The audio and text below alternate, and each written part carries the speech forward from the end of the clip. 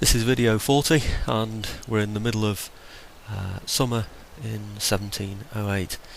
The previous video we were concerned with taxation.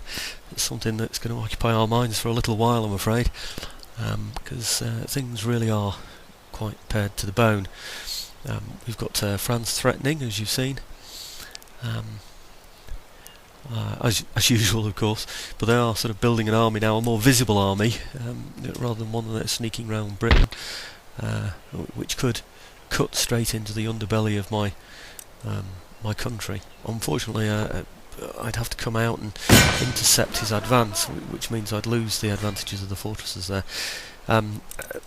This is another technique for raising some funds, of course, so I'm just checking on the funds that I'm going to get now as well, from raiding the English Channel there.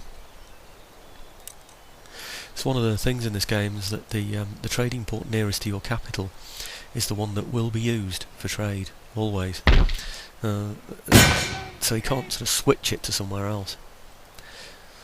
So just by hanging around there, I can steal anything that's coming in and out. Okay, so we're just wrecking buildings now. Wrecking his farmland, wrecking his port. Usual drill, I'm going to go in and out, in and out, in and out, in and out. I have to do it about 10-15 times, so I've faded that one out there for you. It's so that we totally wreck that port, so he can't create any more ships in there. So he seems to be getting quite a decent fleet together somewhere each time. So we'll just force him to recruit from that lesser port over there. Same thing again there, the pleasure gardens. We'll wreck that, go in and out several times until he has to pay virtually to rebuild it. So it's probably about, between those two buildings there, nearly 3,000 worth of damage. It's quite a lot. I'm only estimating, but certainly a heck of a lot. Usually every hit is about 100 or 150. You get about 10 hits on each one of those, and you're getting, I would say, at least 2,000 to repair those.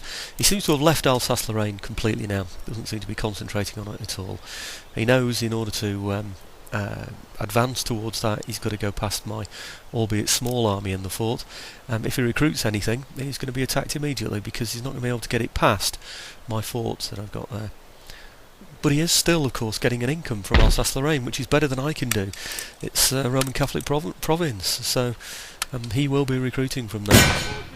I continually damage his economy, of course, by damaging his buildings, but I'm going to auto-resolve this one.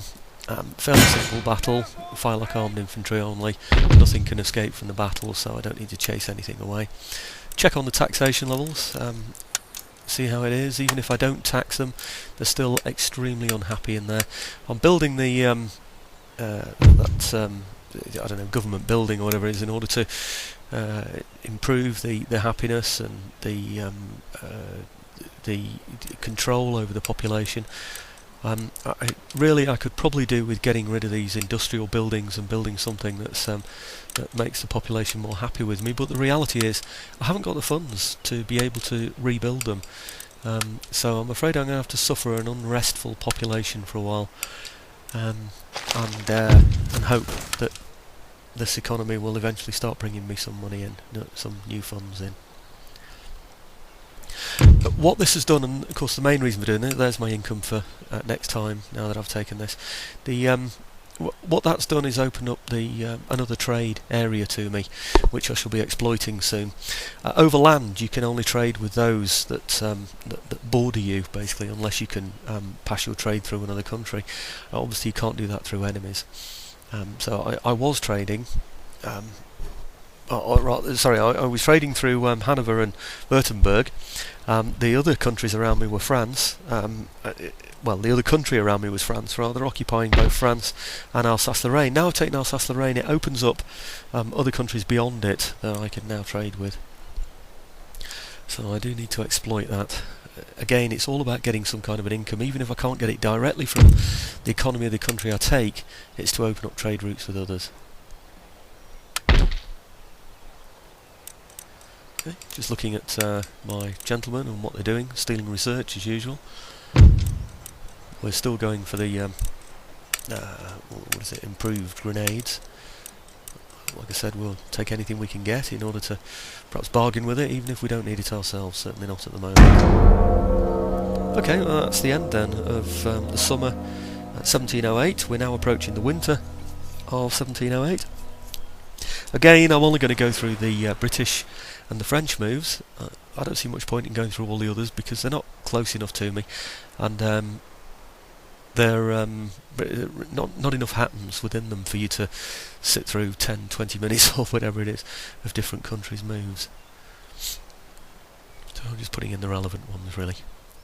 You remember I used to finish this by showing the pirates at the end. Obviously the pirates have gone now, so we go completely to the term end. These are all the things that have occurred. That's the building that I got constructed. And we'll just flick through the rest of them as well while we're there. Okay. Elections, we've had elections. They occur about every 7th turn or something like that for the Dutch. Which means, of course, I will need to check up on my ministers again, just to make sure that they're all good enough. Hope the election has voted in all my capable ministers.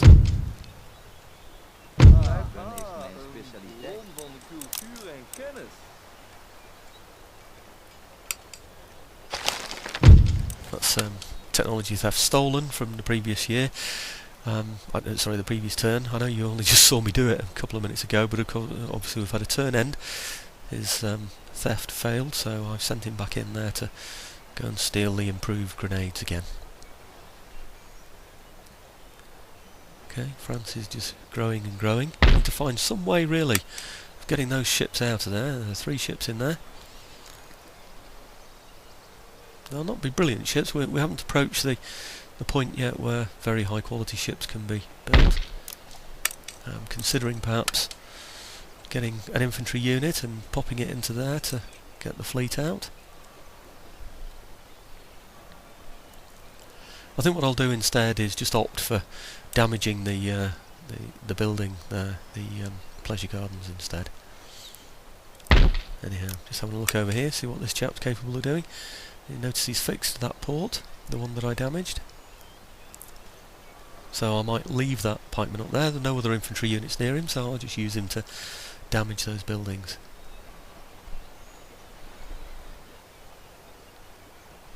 One of the reasons for leaving that fleet there is that I was rather hoping that he might put some infantry on it and then I could take them all out at sea rather than having to fight them on land. He hasn't done that, I'm afraid. He obviously realises my fleets are too strong there in the English Channel for him to be able to cope with. He comes out of there, he'll fight both of my fleets there, and in fact possibly even some British ships as well at the same time. So he's not going to do it. See all those red areas there?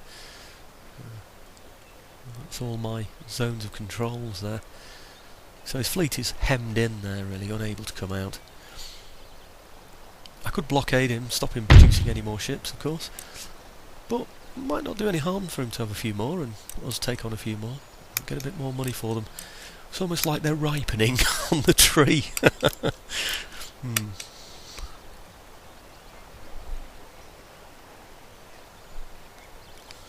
Looking to see if we can afford to recruit anything in here. One of the advantages of holding Alsace Lorraine, of course, is that it is fortified. It does have a fort around it, a wall around it. You can see that on the right there at the bottom. Just looking at what taxation I can raise now. I was in there last turn. I'm still on a -4, as you can see, for the peasant population, and that's without raising any taxes. There's a good chance, you know, I occupied it last turn, as you know, didn't raise any taxes. This turn, I'm still on 0 taxes.